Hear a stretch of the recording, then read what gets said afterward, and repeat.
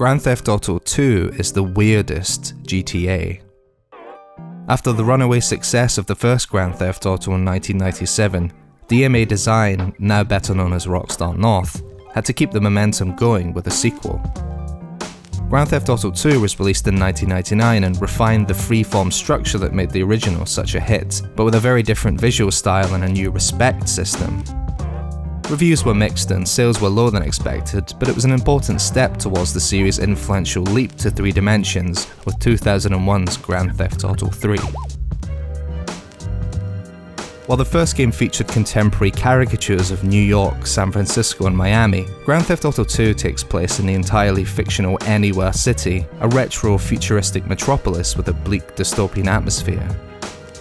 Promo material for the game describes it as a fully dysfunctional urban hell, and explains that the artists modelled the city on apocalyptic visions of the future from the 1970s and 80s. This is an early example of cult American cinema influencing Rockstar's games. The vehicles are particularly stylish, taking vintage 50s design, all curves, chrome and giant grills, and giving them a futuristic twist. It's as if Havana got transported to the 21st century, says the game's charmingly retro Flash-based website, which is still available online years later.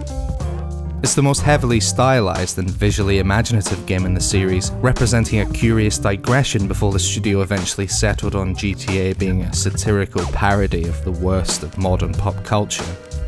But there are traces of the wry satire that would come to define the series, mostly on the tongue-in-cheek radio stations that play when you enter a vehicle. There are 11 in total, some of which can only be heard in certain parts of the city, playing a variety of music recorded especially for the game, and of course commercials for fictional products. The jokes are pretty puerile and it's not exactly Rockstar's sharpest satire, but it's interesting to see or hear an important part of the series slowly taking shape.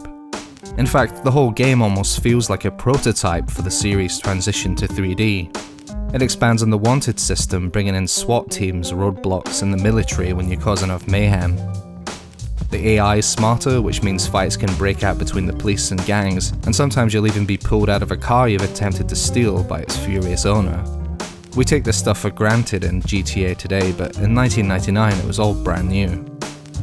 Even 2 years after the first game was released, being able to freely roam the map and tackle missions in almost any order you wanted was still a novelty. As was the addition of bonus missions and optional objectives like the infamous kill frenzies, later rebranded as rampages, which challenge you to kill X amount of people in X amount of time with a certain weapon. The map was also littered with spinning tokens, a precursor to the hidden packages, pigeons and radioactive waste in later games. Even at this early stage, open world games were filling their maps with arbitrary collectibles. But of all the systems GTA 2 experiments with, the respect meter is the most interesting.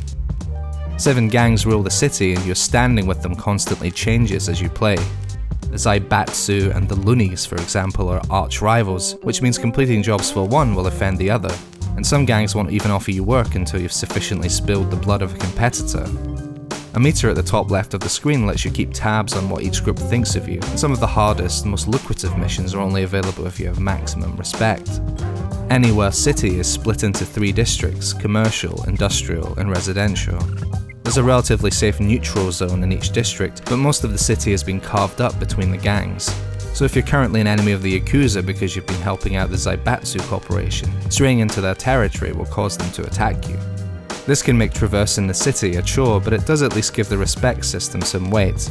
Your allegiances affect the game in a direct, meaningful way.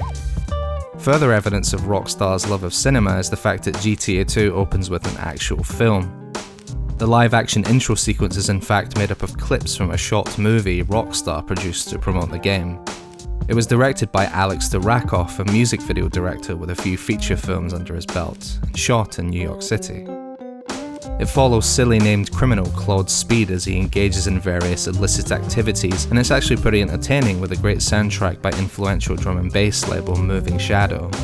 But as much as I admire GTA 2 as a historical artifact, and a fascinating snapshot of Rockstar at a particular period of its existence, it isn't that much fun to play.